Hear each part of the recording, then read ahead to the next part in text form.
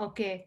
So no, but I mean, then you will be seeing yourself. I'll just try to do it just for the presentation. It will take 1 minute, and if not, I'll give up and do this.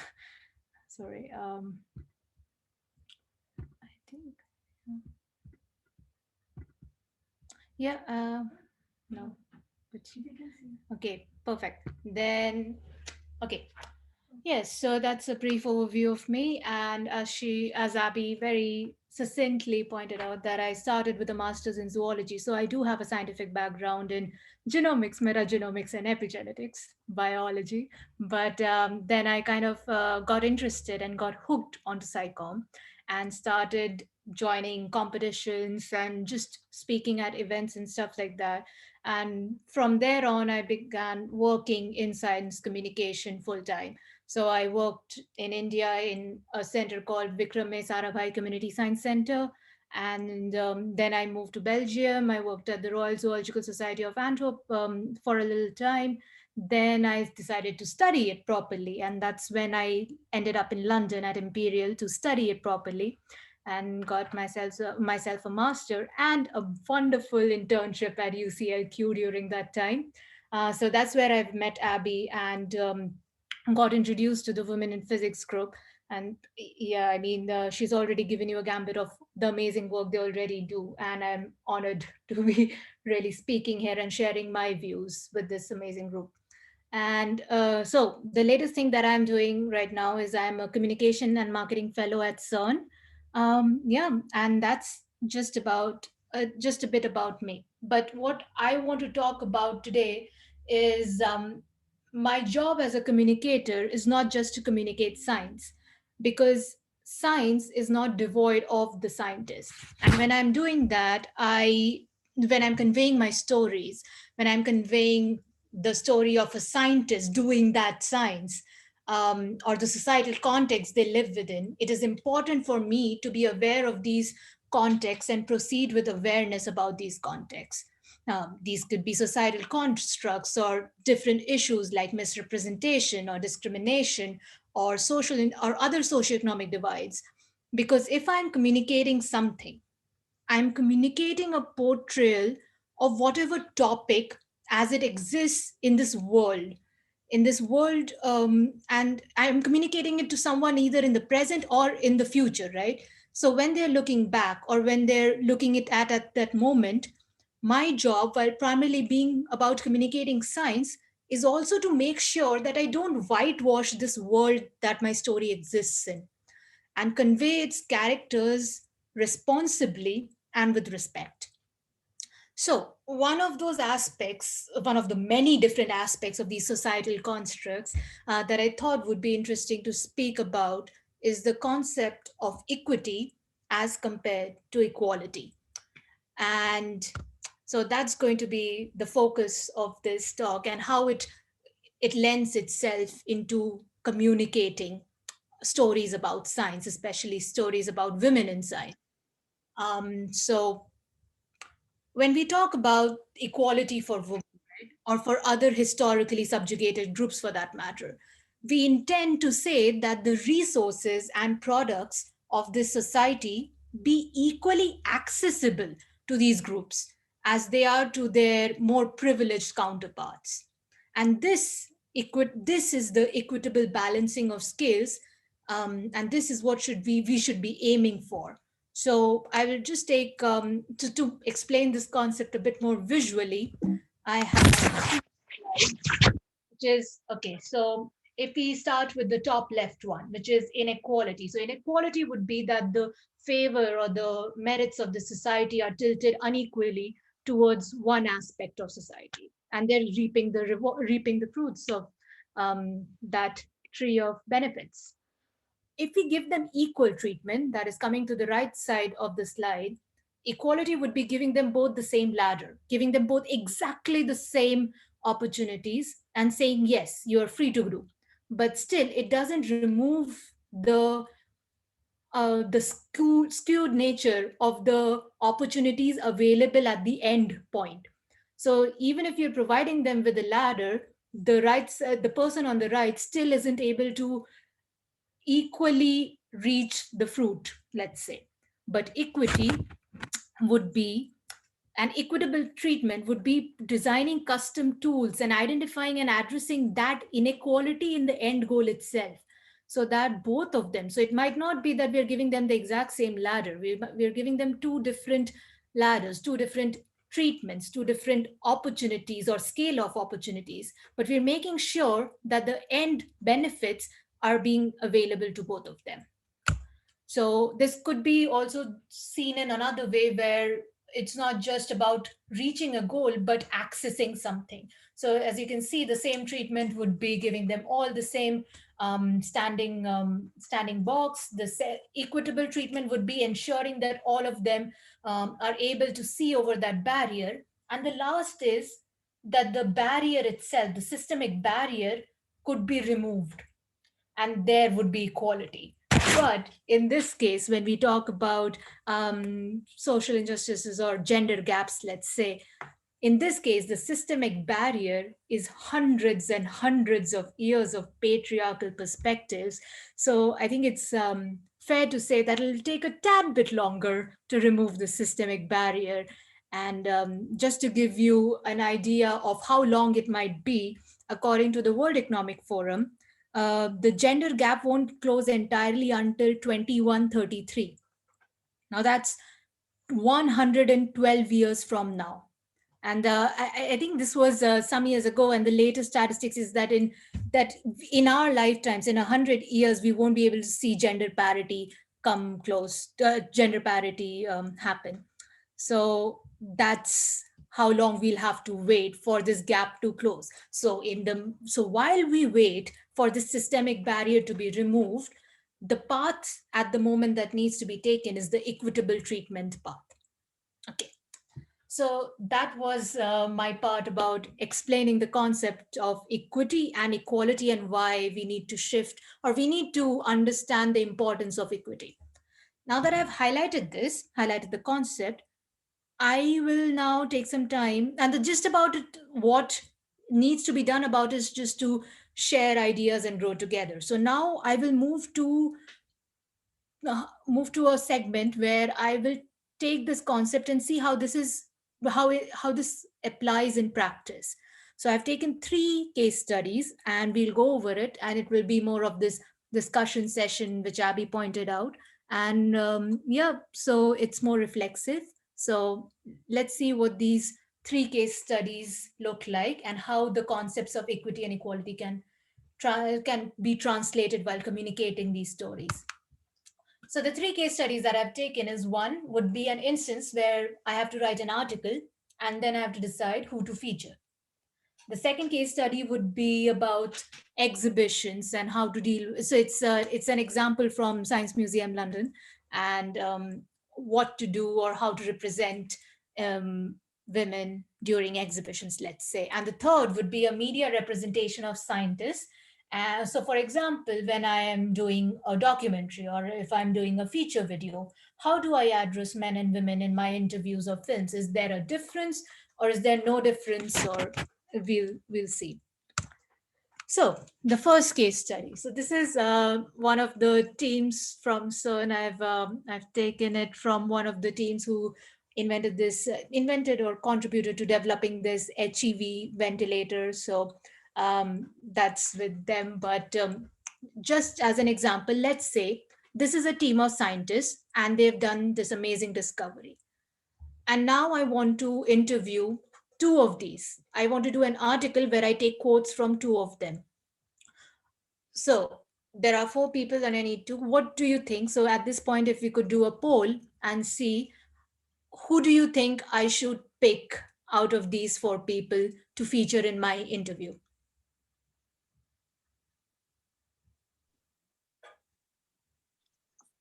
That's it. Votes are coming in.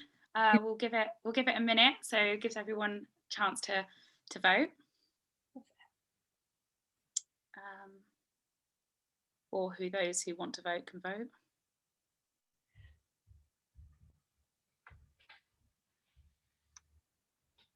In the meantime, by the way, if you have any questions, feel free to just, I don't know, put in a comment or stuff. Yeah, just happy to. Take questions and Cool. I think we will. Oh, we've got a comment from Chetna, and they say, "Nice example." So, right. Okay, a minute is over, and I'm going to end the poll, and I'm now going to share the results. Yay! Amazing. I feel everyone in the audience would have been able to predict that this would be the answer that's most picked. And I mean, yeah, it's one man, one woman. And you guys are all either right in thinking that or it is an ideal selection. So, and I see 6% have also said whoever is first in the phone book, gender doesn't matter. That's a very idealistic viewpoint, and I admire you for being able to carry on with that. But so we have a question. Yeah, okay. And this is from Sarah Sally L. Price. Yeah. Hello. Do all four have equal knowledge and expertise? That's interesting as well. Yeah. So is that the full question? Yeah. Okay, perfect. So if that's okay with Sarah, I will include that comment when I'm explaining over this. But that is a good consideration. I mean, that definitely would be weighing in on who I decide to interview as well. Okay, so now that this is done, yes, I would take one man and one woman. But yes, as Sarah pointed out, there will be other considerations of who has most knowledge and do all of them, are all of them at the same level of knowledge? Yes. Excuse me for interrupting, but there is the possibility that the group dragged in a woman who's hardly associated with it to make the picture look better. Yeah, no, that's exactly what I was going to say. So, I mean, if you look at the history of how the picture was taken, it might get more complicated, and there would be. It is a possibility. I'm not denying that, but I honestly am not sure. So I will not try to comment on it without knowing the full story behind it. But yes, that is a possibility, and that I think is also a consideration to what we are trying to say, that trying to make it look like there is gender balance, we might also be dragging in people who might not have anything to do with it, just to give the illusion of being fair to everyone. But yeah, that's indeed a consideration. For this example, though, let's assume that these four people did have a lot to do with the project, which I hope is the case, that all of these four people had a lot to do with the project. And even in that case, your question still stands, that do all of them have equal knowledge? What I would do in that situation is I would but the thing is, you've already picked that. I already have it in my mind that I will take one woman and one man. So I will not so my one woman is already, that box is ticked. Now I will figure out who out of these three will I choose to feature in the article. So in that consideration, if my finishing line is the article being done, in that, as I said, I will already have picked the woman, but out of the men, I will figure out who has most knowledge, who is the team leader, maybe, or is there someone who has done something specific, and I will apply these considerations only to these three people, and out of them, I will select one. And this might seem unfair to a lot of people, and that's the issue that I want to talk about. That this doesn't mean that so even if this seems unequal, this doesn't mean I am giving an unfair advantage to the woman, which, let's say, in an idealistic world would be the case. But when we are communicating science, and communicating science in a place where we are aware of these social constructs, that's the thing. We don't need to be, I mean, it would be nice to be aware of the society that this absolute measures exist in. So my choosing the woman already is a small step in balancing those scales that have already been tilted for a very long time. So for example, if at this point the starting points looks like it's here, where I'm pitting only three people against each other, and just selecting one automatically. But if we look at the historical starting lines, the historical background of it all, can you guys see the screen, or is the other line that has appeared not visible? Sorry.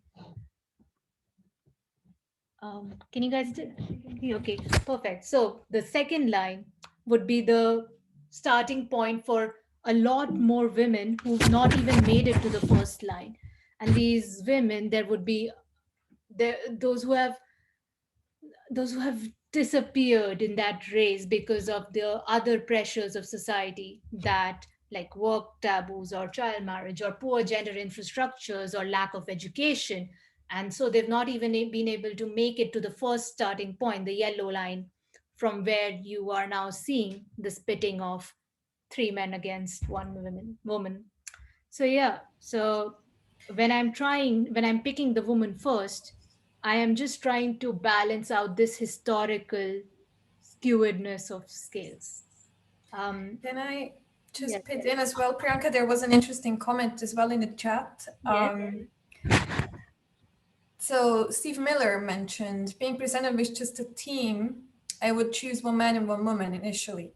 But if I then found out more about the team by interviewing my initial selection, I might alter my strategy. I might interview just a woman. Let's not leave out the equation that the men have forced their way into the limelight historically, which is basically what you touched on as well with the different starting lines for men and women. But I just thought I should put in this comment as well because it fits. yeah, no, absolutely, absolutely. So at this point, I would like to also point out. So see, that is actually very good that you start off with a strategy. You start off with a strategy that okay, you will take one man, one woman, and then you do the interview and you realize okay, so it can go one of either ways, right? So one, you realize okay, these are two knowledgeable people, and I'm sticking with my choice. The other would be okay, these both of these people know nothing, and I need to alter my strategy. And these are just, as you said, more of eye candy than actual contributors. So it might be that, so of course metal will be like, I will definitely see the worth. It won't be just for keepsakes. But so if I see at that point that it is that someone else does have that priority over the two people that I have initially gone for, I will make that choice and I will go for someone else, and it could be both men, and that's not a problem.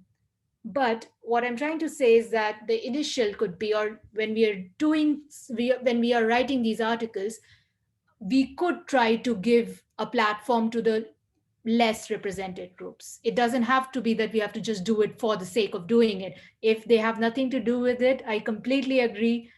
It is not right to do that, because then it's just a facade then. But yeah, I'm just saying that it could be a consideration when I'm writing my articles. Yeah, but thanks for that comment. And so I will move on to, oh, yeah, this was also there. That even at the first, even at this starting point, then there are yet another set of challenges which are equally applicable to men and women and other genders as well. Which I mean is a fair set of, not a fair, but which is an unfair set of challenges that everyone has to go through again. Yeah. And the second case study is kind of similar, so I won't give this too much of an introduction, but it's based on the same idea that when we are, so for example, this is an example from the Science Museum London, and they have galleries, right?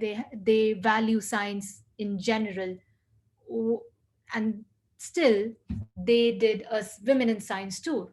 Now this, giving this a specialized tour or specialized way of highlighting subjugated groups, is just another way to bring to prominence groups that have been ignored so long, let's say. So to bring them back into the limelight. And this does not mean that we need to have a men's tour as well. It just means that, yes, I think I am repeating myself now, but it just means that we kind of need to highlight one that has not received that spotlight for so long. And with that, I will move on to the last case study 3, which is an interesting exercise for you as well, which will be, I will not say anything about it, but I will start a video And the exercise would be to see if you find a difference in the way the men who are interviewed in this have some sort of difference in treatment to the women who are interviewed in this. Yeah, and we'll see. It could be that there's no difference. It's just for something.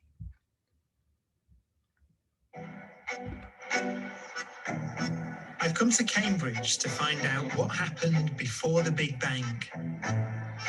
Neil Turek is one of the world's leading cosmologists, and he believes the accepted view that time began at the Big Bang is completely wrong. I would say the standard hypothesis that the universe sprang into existence 13.7 billion years ago doesn't make any sense. So basically, the further down I get in a gravitational field, the slower and slower time goes. And if I were to then be orbiting around there and picking up radio signals from Earth, it would look like life back here was going in fast forward. Because you're going to notice it's going, too fast. And these So the voices would literally do that. Yeah, because if time is running at different paces, right? They're going to sound like Donald Duck.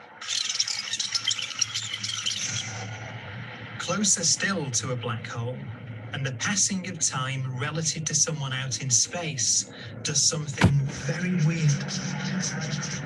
If I was to throw you into a black hole and watch what happened to the time ticking along on your wristwatch, I'd see it tick slower and slower and slower.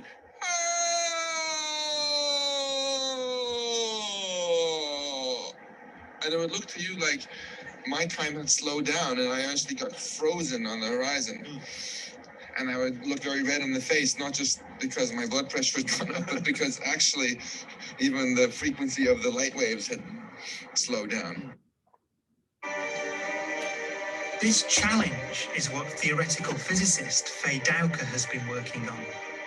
She's not throwing Einstein away, but trying to bring him into the 21st century.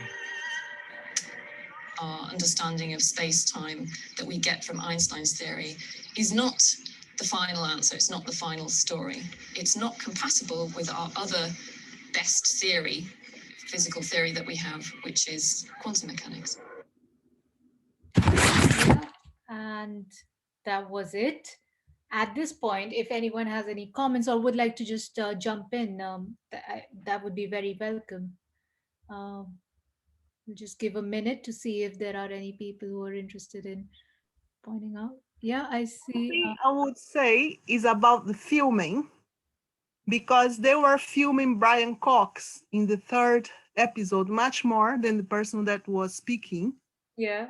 While the other men, they were just filmed by themselves. But if you look at the cameraman or the camera person, I don't know if it was a man, I'm assuming it was a man, but maybe I'm sexist, was filming Brian Cox much more than the person who was speaking. Yeah. And this is probably unconscious, but this is something that was devaluing her contribution. Yeah, no, that's absolutely, that's the thing. Like, I don't think anyone tries to do this consciously, but as you said, subconsciously, we end up doing these things which kind of on retrospect look very weird. And you're very right that the men got full frames, close-up shots to themselves, and when it came to Faith, it was like filmed with Brian Cox. No, but that's an interesting one. I'll go over them together as well. But if anyone else noticed something else, thanks. Yeah, I'd like to say something, and it's adding on to something that has been written in the comments. Okay. So Leah has put, Professor Dowker taught me foundations of quantum mechanics, and she's way more passionate than that segment.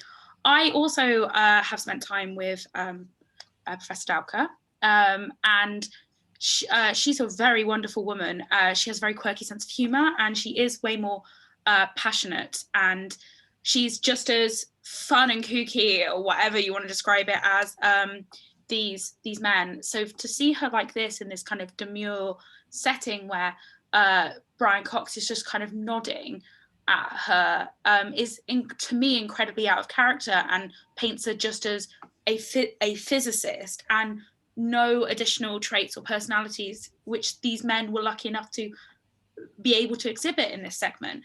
And I just think that's not fair, that a woman has to be a physicist first and then a person possibly else, where men are just assumed physicists and therefore they can also have a personality.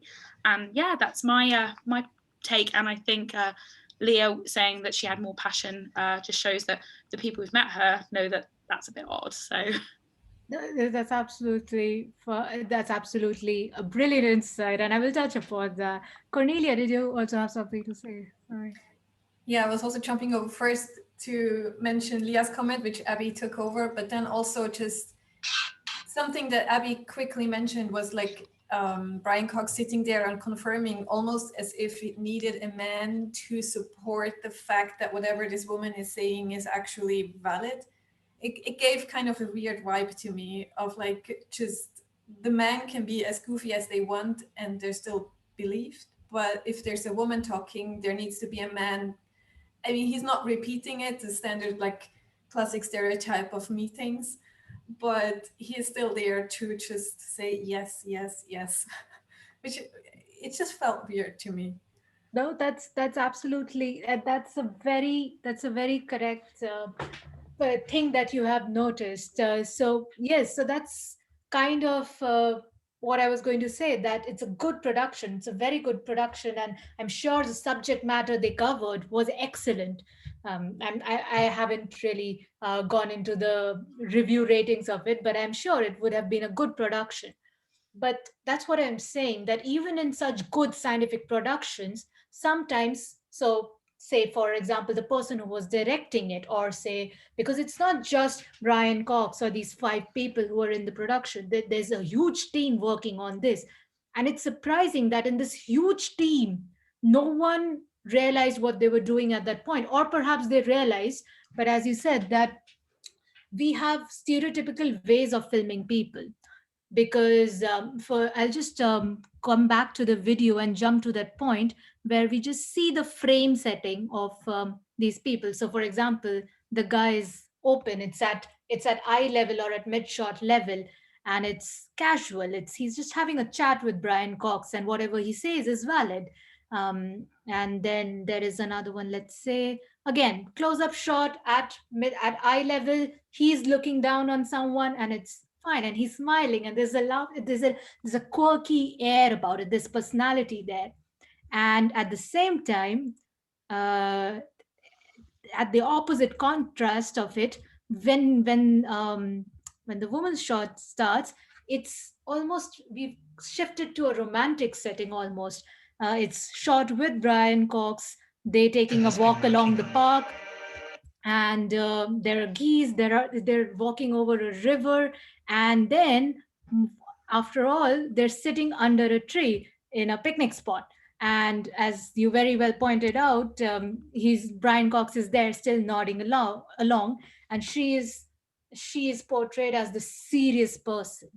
A serious person equals serious science, and that is what they're going for. And that is just reflective of how we can take it for granted that when a man, and I'm really sorry to say this, but it is kind of the perspective that we also take. So when a man is saying something, we take for granted that yes, he's already a scientist, so that's not in the question at all. So what he's saying, we will build on that. But for a large part of the audience, not necessarily you or me or other people who have seen women doing science around them, but for another large subset of people, the priority for the director here is to first drive home the fact that she can be a scientist. And the quirks come a lot later. And in doing that, because there is only a fixed amount of time, they choose the seriousness, the scientist garb of it over personality. And that's just a very, very sad compromise to make, because as I said, it's not just what you are saying right now, but when you look back at it in the past, and it's confirmed by Abby and sorry, I've forgotten the name, Leah, or but whoever was whoever was supervised by Professor Dawker. I mean, this is not her personality at all then. And it's just compressed into this form that needs to fit the bill of a woman scientist, not just a scientist, but a woman scientist. And yeah, and the treatment of it as well, a romanticized treatment versus a very quirky, energetic, like full on blast on setting. So these are not explicitly harmful, but in the long run, they are not exactly harmful, but they veer on the edge of stereotypification. I don't know how I said that, but stereotypification.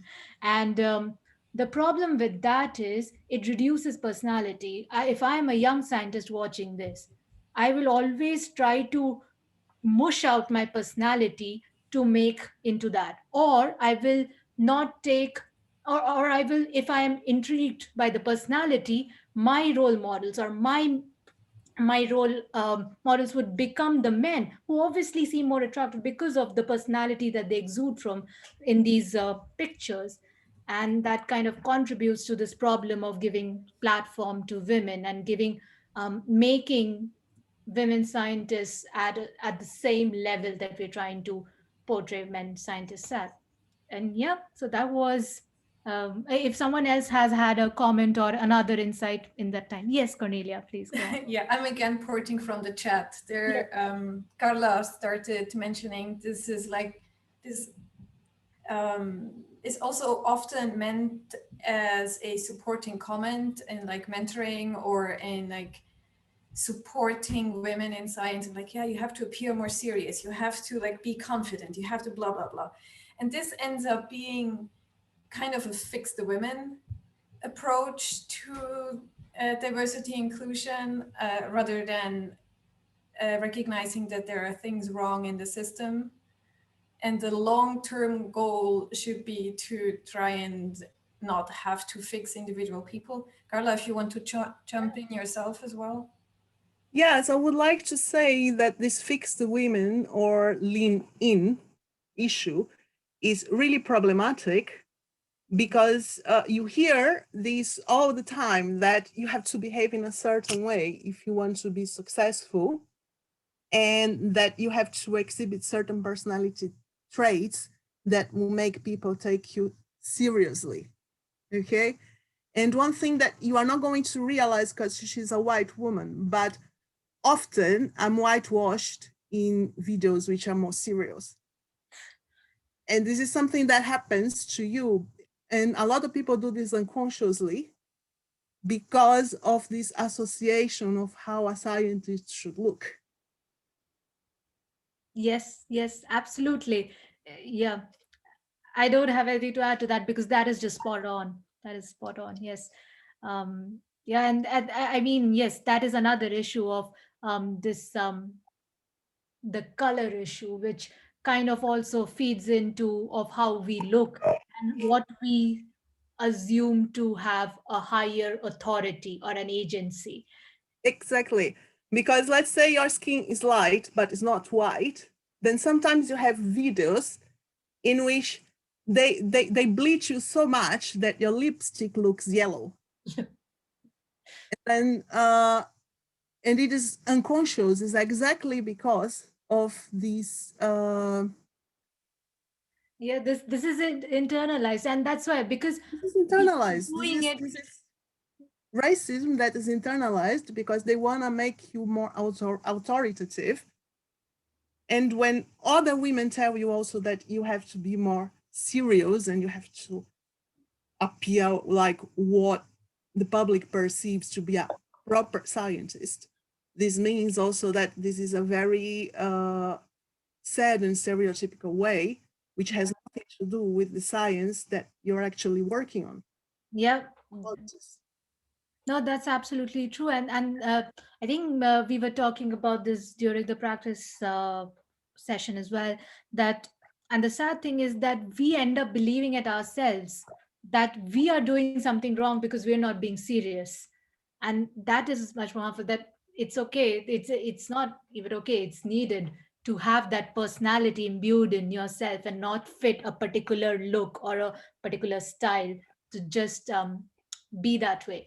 And so that's where I think, when we are communicating science, or when we are writing articles or doing videos and stuff, that's where I think it's not essential to the short term goal, but in long term, in feeding to the discourse that goes around in this world, in trying to inspire people, or being that little I don't know, flapping of the butterfly's wings that starts the tornado. We are doing something, and if we are conscious of those actions, it's good to try and avoid those and try to be more equitable in doing that.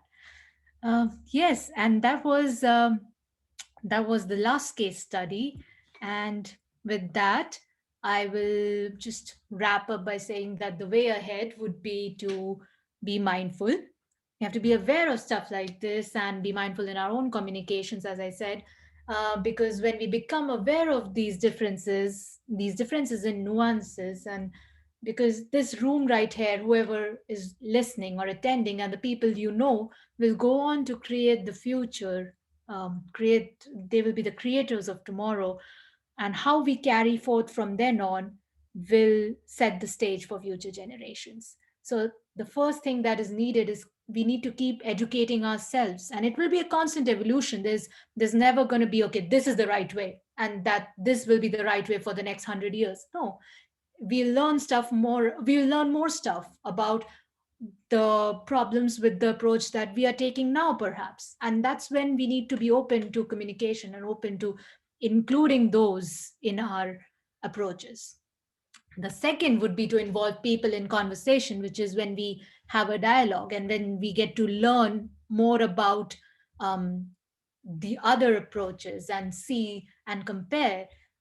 Yeah, and involve men, women, and other genders. So it's not just, if this is a women's issue, it should be only women doing it, which I think you are all pretty aware of it, and I don't need to be telling that to you. But we need to involve more people in the conversation. And lastly, is more of a self-help thing, is that we need to be patient and educate ourselves. So by patient, I don't mean say, let's be patient, the world will change. No, we need to be active, we need to be proactive, but we need to be patient with mistakes. People, and even you, will make mistakes while trying to do this. You correct them. It's tiring. There's no perfect way that, yes, this is the only way, but and sometimes it can be so tiring, and you can check out. It's okay to check out, to reset, and then start again. And that's the way we need to be, that we need to move forward with empathy and with resolve. So yeah, and with that, I will end on this quote from quote, or like this definition from the UNES doc, and I will read it out so that people who are bored of reading can also access this. So, gender equality, equality between men and women, does not mean that women and men have to become the same, but that their rights, responsibilities, and opportunities will not depend on whether they were born male or female. Gender equity means fairness of treatment for men and women according to their respective needs. And this may include equal treatment or treatment that is different but which is considered equivalent in terms of rights, benefits, obligations, and opportunities. And yeah, that's it for me today. And thank you. And now the floor is open to discussion and questions. And if there were any clarifications or if any comments on building what I said.